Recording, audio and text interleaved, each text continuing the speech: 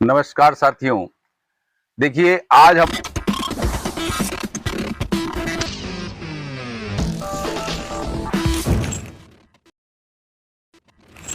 बात कर रहे हैं कुछ सीखने सिखाने की। हिंदी सीखना हमारे लिए बहुत जरूरी है और हिंदी भी परफेक्ट सीखना बहुत जरूरी है। हम हिंदी भाषी लोग हैं और हम देखते आ रहे हैं कि कई लोगों को हिंदी में स्वर कितने होते हैं, व्यंजन कितने होते हैं, किस तरह से किस वर्ण को उच्चारित किया जाता है और किस वर्ण को क्या कहा जाता है, यह बिल्कुल जानकारी नहीं होती है।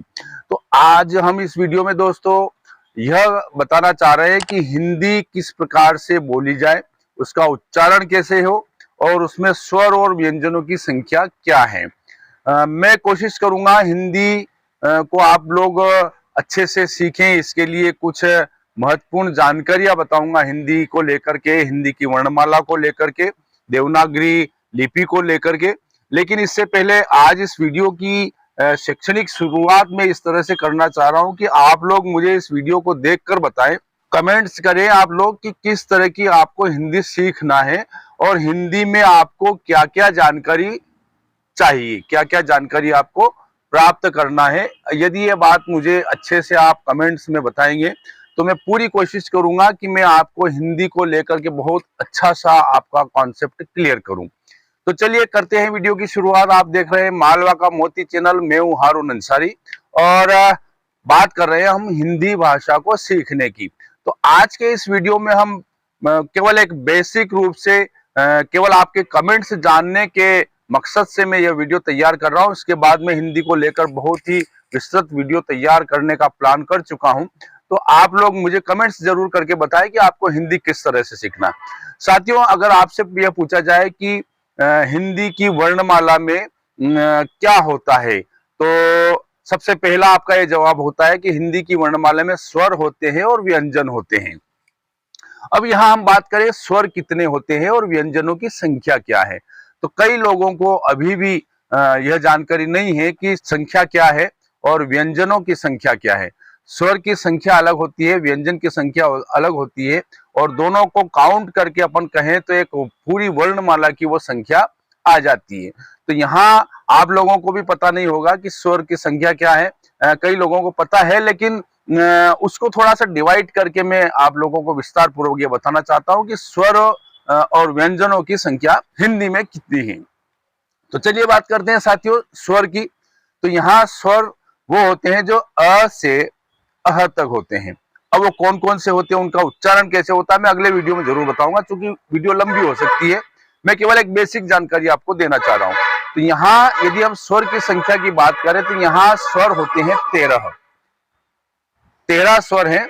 और चूंकि जब मैं बात करूंगा और विस्तार पूर्वक बताऊंगा तो मैं कहूंगा कि स्वर होते हैं 11 और उसके बाद में दो और जो उसमें वर्ण है वो उन्हें क्या कहा जाता है, तो उन्हें अलग करके उनका डिवाइडेशन थोड़ा सा अलग करके आपको विस्तार पूर्वक समझाऊंगा। तो वहां यह बताया जाएगा कि स्वर 11 होते हैं और दो वर्ण और होते हैं जिनको हम अलग से, तो अभी मैं उनका नाम इसलिए नहीं बता रहा हूं क्योंकि बहुत विस्तार पूर्वक हमें हिंदी को समझना है और बहुत अच्छे से समझना है। तो आप इसमें यह याद रखें कि स्वर कितने होते हैं, स्वर होते हैं 13।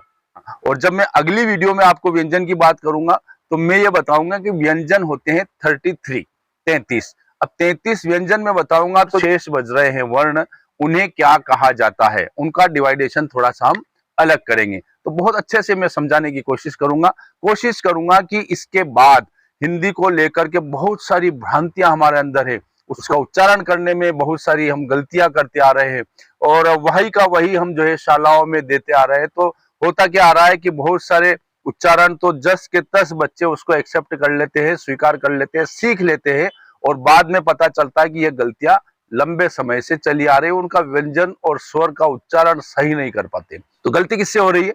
गलती हम कर रहे हैं। हमारे अंदर वो ऐसा थोड़ा सा कॉन्सेप्ट क्लियर हो कि हम बहुत अच्छे से उस स्वर और व्यंजन के उच्चारण को बच्चों तक पहुंचाएं। तो आप कमेंट्स जरूर करें और मुझे बताएं कि आप हिंदी को किस तरह से सीखना चाह रहे हैं।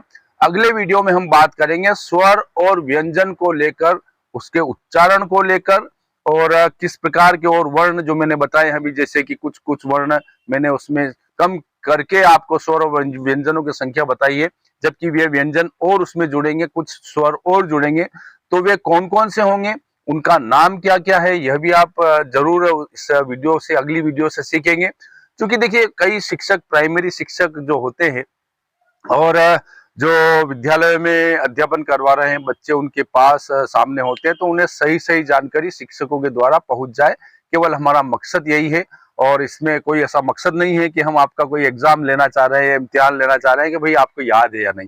किसी को याद नहीं होता है। ज्ञान का विस्तार जितना हम फैलाएंगे उतना बढ़ेगा, और हमारा मकसद यही है कि यह ज्ञान आप तक भी पहुंचे, आपके द्वारा यह ज्ञान बच्चों तक पहुंचे, और बच्चों के द्वारा यह ज्ञान अपनी आने वाली पीढ़ी तक पहुंचे। तो साथियों, मेरे वीडियो को आप निश्चित है पसंद करेंगे, और आने वाले वीडियो लगभग मैं कोशिश करूंगा हिंदी को लेकर के सारे कॉन्सेप्ट क्लियर करने की कोशिश करूंगा, और आप वीडियो को देखते रहें। आप वीडियो को सब्सक्राइब जरूर करें, अपने साथियों तक पहुंचाएं, और वीडियो को एक बार में पूरा देखें ताकि आपका कॉन्सेप्ट क्लियर हो जाए कि मैं क्या कहना चाह रहा हूं। और वीडियो में आप कमेंट्स करके, वीडियो देखकर कमेंट्स जरूर करें कि आपको चाहिए क्या मुझसे, किस प्रकार के वीडियो आप देखना, सुनना और सीखना पसंद करते हैं। तो बस मैं अब वीडियो यहीं एंड कर रहा हूं, और अगले वीडियो का आप इंतजार करें, जिसमें हम हिंदी को लेकर बहुत विस्तार पूर्वक बात करेंगे। जय हिंद, जय भारत।